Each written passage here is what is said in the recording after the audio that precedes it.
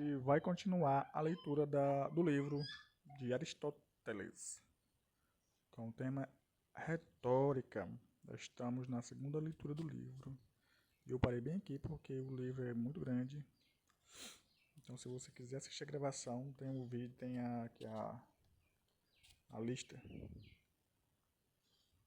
das leituras deste vídeo, deste livro, no caso. Há uma distinção importante entre dois tipos de entinemas, a qual tem sido completamente ignorada por quase todos.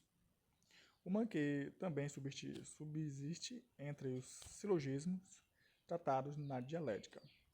Um tipo de entimema pertence verdadeiramente à retórica, assim como um tipo de silogismo pertence verdadeiramente à dialética. Entretanto, o outro tipo pertence verdadeiramente a outras artes e faculdades, quer seja aquelas que já exercemos ou as que ainda não adquirimos. Ao ignorar a distinção, falha-se em notar que, quanto mais corretamente se lida com um assunto particular, mais distante alguém se coloca da retórica ou dialéticas puras. Essa afirmação será bem clara se, se expressar de maneira mais completa. Quero dizer que os assuntos próprios dos silogismos dialéticos e retóricos são aquilo que consideramos ser aqueles que se ocupam em linhas regulares ou universais da argumentação. Isso equivale àquelas linhas de argumentação que se aplicam igualmente a questões de retidão de conduta, ciência natural, política e muitas outras coisas que nada têm a ver umas com as outras. Tome-se como exemplo a linha de argumentação que se ocupa do mais ou menos. Nessa linha de argumentação é igualmente fácil basear um silogismo ou antimema em quaisquer assuntos, ainda que seja essencial, desconexos, seja retidão de conduta, ciência natural ou qualquer outra coisa.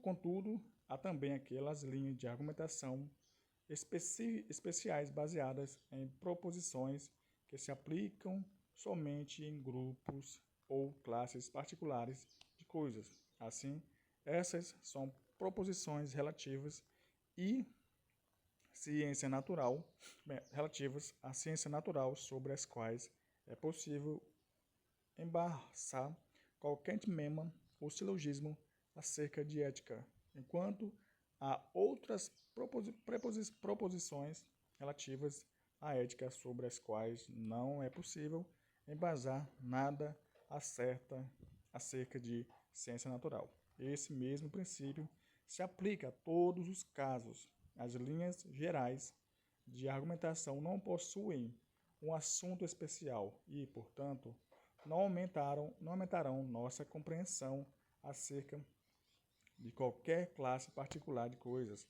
Por outro lado, quanto melhor for a relação de proposições adequadas a linhas de argumentação especiais, mais perto se chega inconscientemente. Se estabelecer uma ciência distinta da dialética e da retórica, alguém pode obter sucesso no anunciado dos princípios necessários, porém sua ciência não será a dialética ou a retórica, mas sim a ciência a qual pertencem os princípios ora descobertos. A maioria dos entimemas, de fato, baseia-se nessas linhas particulares ou especiais de argumentação. Comparativamente, poucos se baseiam nas do tipo comum ou geral. Assim, portanto, devemos distinguir neste trabalho, ao lidar com entimemas, as linhas especiais e gerais de argumentação, sobre as quais eles se fundamentam por linhas de argumentação especiais.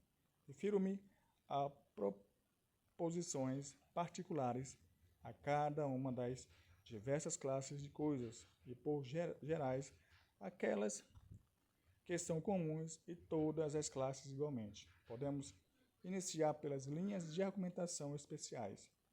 Contudo, inicialmente, classifiquemos a retórica quanto às suas variações. Feita tal distinção, podemos lidar com elas uma a uma e procurar descobrir os elementos que compõem cada uma e as proposições em cada uma deve que cada uma deve empregar.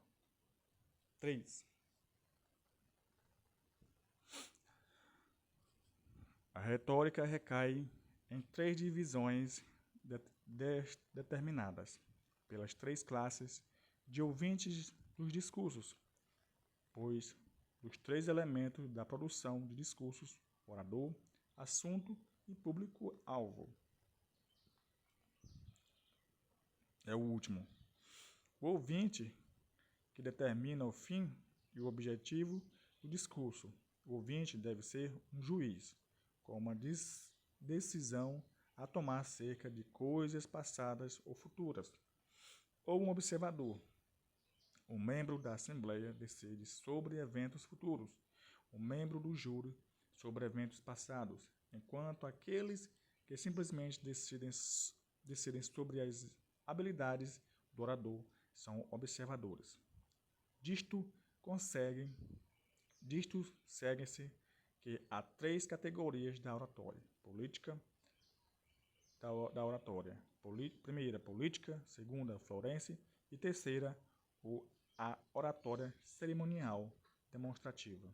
O discurso político nos convoca a fazer ou não algo. Um desses 2 discursos de ação são sempre tomados por conselheiros particulares, bem como por homens que se dirigem à Assembleia Públicas. O discurso forense ataca ou defende alguém. Uma ou ambas as coisas devem sempre ser feitas pelas partes de um caso. A oratória cerimonial demonstrativa elogia ou censura alguém. Esses 3 tipos de retórica referem-se a 3 tempos diferentes. O orador político ocupa-se no futuro. É sobre coisas a serem feitas futuramente que ele aconselha a favor ou contra. As partes em um processo legal se ocupam do passado. O homem acusa o outro e este se defende em relação às coisas que já se passaram. O orador cerimonial ocupa-se, por assim dizer, do presente, visto que todos elogiam ou censuram com base no estado em que as coisas se apresentam naquele momento, embora frequentemente achem útil retomar o passado ou fazer suposições acerca do futuro. A retórica tem em vista 3 finalidades distintas, uma para cada um desses 3 tipos de discurso. O orador político visa estabelecer a expediência ou nocividade de determinado curso de ação. Se ele urge por sua aceitação, o faz com base na ideia de que será benéfico. Se urge por sua rejeição, o faz com base na noção de que trará malefícios. E todos os demais pontos, por exemplo, se uma proposta é justa ou injusta, honrosa ou desonrosa, ele traz de forma subsidiária em relação à sua principal ponderação. As partes, em um processo legal, visam estabelecer a justiça ou a injustiça de determinada ação, e também elas fazem quaisquer outros pontos de maneira subsidiária em relação a isso. Aqueles que elogiam ou atacam um homem visam provar que este é digno de honra ou o contrário, e eles também tomam qualquer outra observação em relação a essa. Que as três categorias de retórica visem, respectivamente, as três finalidades mencionadas. Esta dado pelo fato de que os discursantes, às vezes, não buscam estabelecer nada além disso. Desse modo, o litigante, por vezes, não tentam negar que algo ocorreu ou que ele causou danos. Entretanto, que seja culpado de injustiça, ele jamais a admitirá. Caso contrário, não haverá necessidade para um julgamento. Do mesmo modo, oradores políticos frequentemente fazem quaisquer concessões, exceto admitir que aquilo que recomendam aos seus ouvintes trará inconvenientes ou que não será conveniente. A questão quanto à injustiça de se aprisionar seus vizinhos inocentes não os perturba de modo algum. De forma similar, aquele que elogia ou censura um homem não leva em consideração se seus atos foram oportunos ou não, mas frequentemente transforma em motivo de elogio o fato de que ele ter negligenciado seu interesse próprio em prol do que é honroso.